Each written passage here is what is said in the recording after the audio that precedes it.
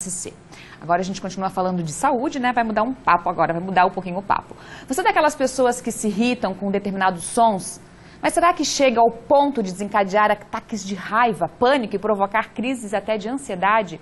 Então hoje nós vamos falar sobre misofonia e fonofobia. É uma espécie de doença que pode ter como sintoma a hipersensibilidade auditiva. Para falar mais sobre o assunto, estamos com a médica otorrinolaringologista, doutora Amanda Costa.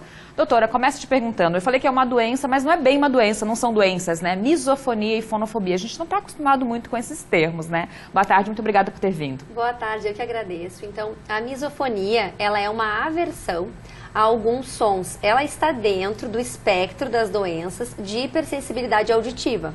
Por exemplo, o zumbido, que já é mais conhecido.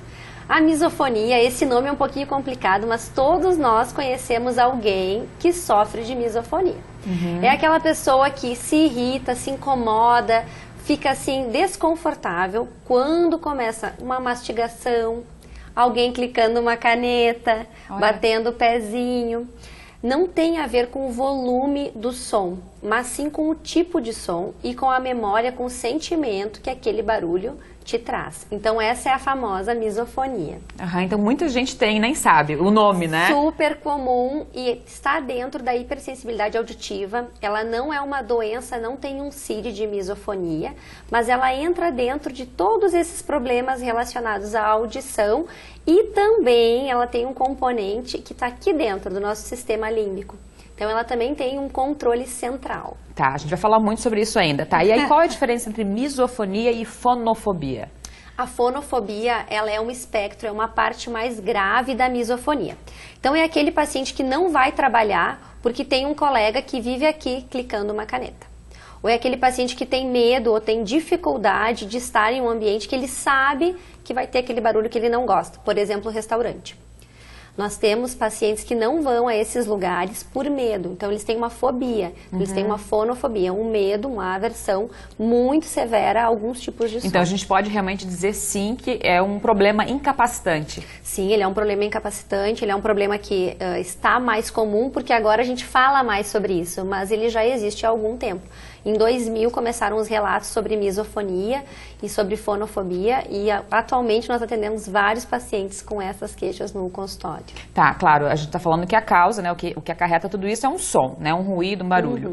Mas existe pessoas que têm mais probabilidade de ter, ou existe uma causa, uma falha genética? O que causa isso na gente? A misofonia, a fonofobia, elas têm um componente genético, um componente hereditário.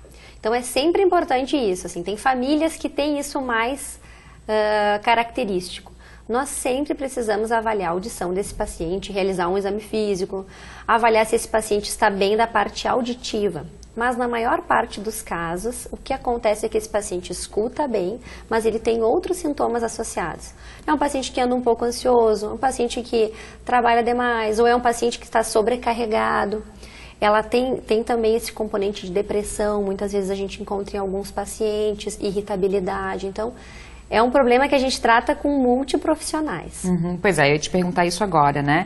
O sintoma é esse, é a irritação com som, né? E aí tem que procurar um especialista. Como é que funciona? Independente do volume, Fábio. Às vezes eu tenho algum paciente que diz, ai, doutora, mas eu tô com o meu marido ali, às vezes eu quero morder devagarinho, ele já se irrita se ele escuta o barulho. Exatamente, essa é a misofonia. Isso pode, Fábio, muitas vezes estar relacionado a alguma lembrança que o paciente tem. Por isso que a gente trabalha tanto com os nossos colegas psicólogos, psiquiatras e fonoaudiólogos, para tentar mudar, tentar que esse paciente fique mais habituado a esses sons tão corriqueiros, porque é impossível que as pessoas não escutem um barulhinho de uma caneta, um digitar, morder uma maçã. É complicado. Ó, tem muita gente participando com a gente. Boa tarde, sou muito fã do programa. O Lucas Oliveira, do Jardim Itália Chapecó. Lucas, obrigada pelo carinho, pela audiência. Vamos continuar a tua pergunta aqui. A minha pergunta é, eu tenho muita sensibilidade com barulho de canetinha, canetão de quadro e giz de cera.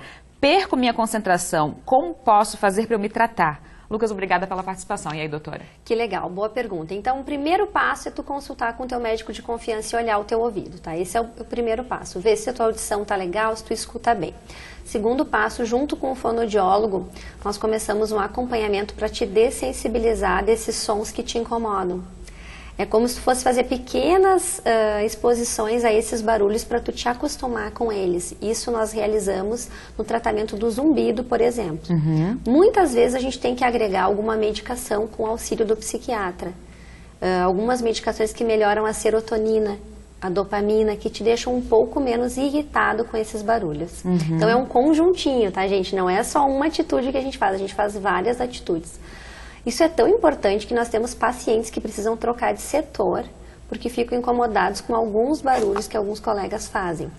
Pois é, eu ia te perguntar isso. Pedir para, por exemplo, para os colegas ou para a família, pedir o entendimento, claro que isso é bom, sempre conversar, mas evitar isso é bom ou não? Ou tem que realmente tratar e fazer um tratamento de choque lá, ouvir um pouquinho cada vez mais, não? Tratamento de choque não!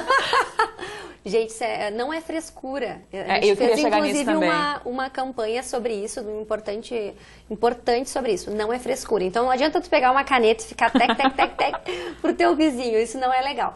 A gente faz isso com acompanhamento, tá? É legal, sim, tu chegar pro teu colega e falar, olha, Fábio, quando tu tá comendo essa maçã, eu me sinto muito irritado.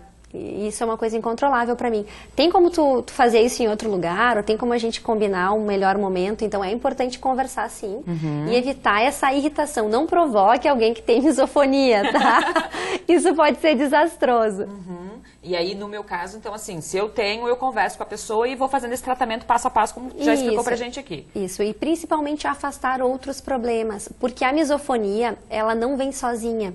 Na maior parte das vezes nós encontramos um paciente que sofre de zumbido, que tem uma exposição aumentada a sons, ou um paciente que tem uma hiperacusia, que é uma outra alteração de hipersensibilidade auditiva. Então ele tem outros vilões associados, tem os outros inimigos que vêm junto. Viu, gente? Não é frescura, estão chegando outras mensagens aqui, né? Se você quiser participar com a gente, nosso WhatsApp é 98405-2073. Doutora Amanda vai seguir com a gente mais um pouco, daqui a pouco a gente vai continuar falando, vou pegar mais mensagens aqui. Compartilhe, né, a sua angústia com a gente também, que agora a gente descobriu. Eu também tenho, depois eu vou dar meu depoimento aqui, então. Doutora Amanda, a gente já volta para conversar, tá certo? Claro, tá. O Ver Mais vai fazer um intervalo bem rapidinho, não sai daí.